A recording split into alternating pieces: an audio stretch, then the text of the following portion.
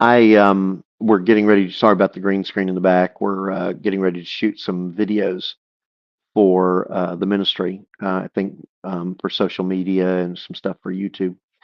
But I was thinking about Jerry Savelle, and I was actually thinking about him last night at the service we had. We've been having Marcus Wick at the church in Port St. Lucie, and it's been awesome. But yesterday, for those of you who don't know, Jerry Savelle passed away. And I was thinking about how grateful I am for his life and ministry and how he changed my life. Years ago, when I'd never been to a believers convention before, and I'd actually gone to hear Brother Jerry. I think it was in um, Georgia, if I remember right. And he was doing like kind of like a tour, and so I went to two different cities to listen to him, and ended up talking to him, and he actually invited me to a believers convention, and told me he'd get me seats, and I didn't realize that was a big thing, but it was.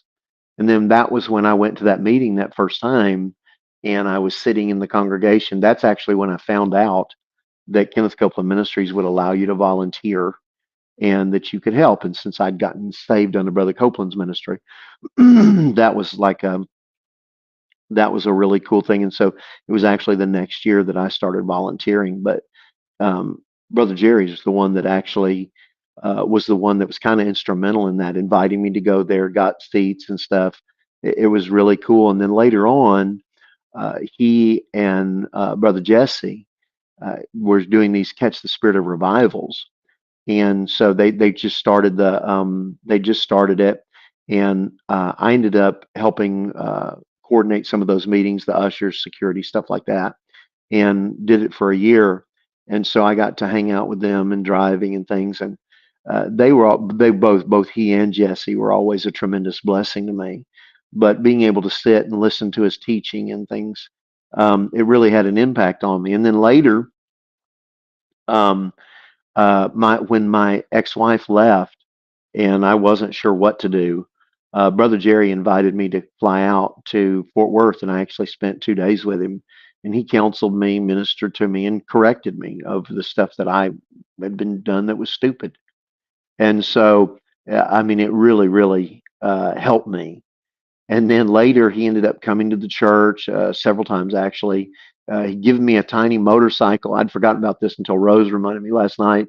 And he and I were riding it out. It looked like a kid's motorcycle, and it might have been, but that thing was a hot rod, and it would fly. And he and I were out in the we were out riding it around, and it was really neat. And that was a blessing to me. And he gave that to me, and really, um, that was just a blessing. And then I remember when John Ruiz was fighting Roy Jones Jr., who was my favorite boxer and one of Brother Jerry's favorite boxers. And I think we were in Daytona, and we put it. I'd gotten a projector and put it up on a wall, and he and I were watching when Roy Jones Jr. defeated John Ruiz for the heavyweight championship, and we were shouting and things. And then, he looked at me and he said, "I thought I was into boxing, but man, you're dangerous."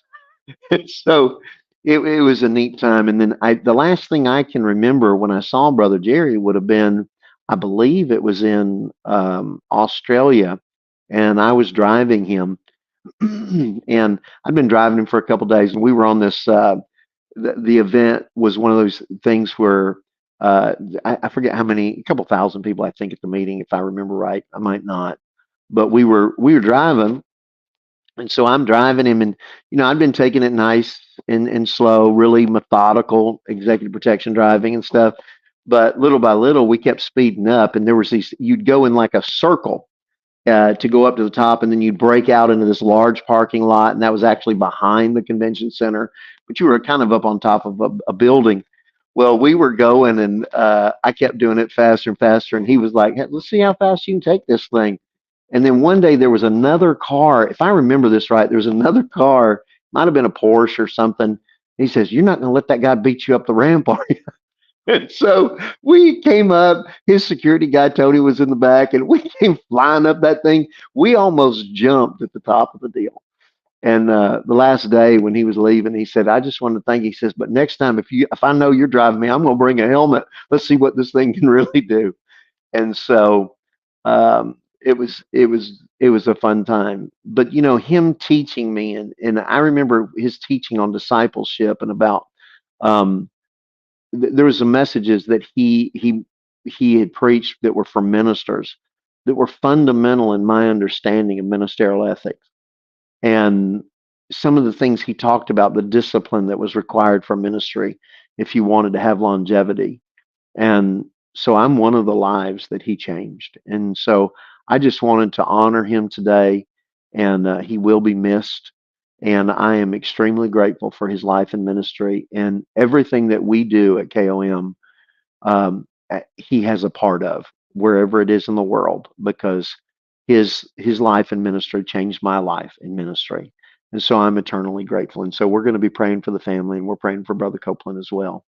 It's hard to lose a friend that you've known for that long. But I love you guys. I just wanted to share this with you guys, and I wanted to honor him and talk.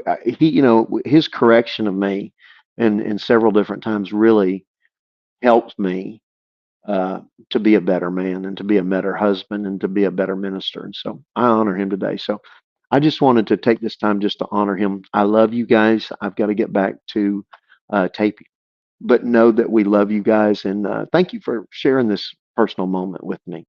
Talk to y'all soon. Remember, Jesus is risen. Victory.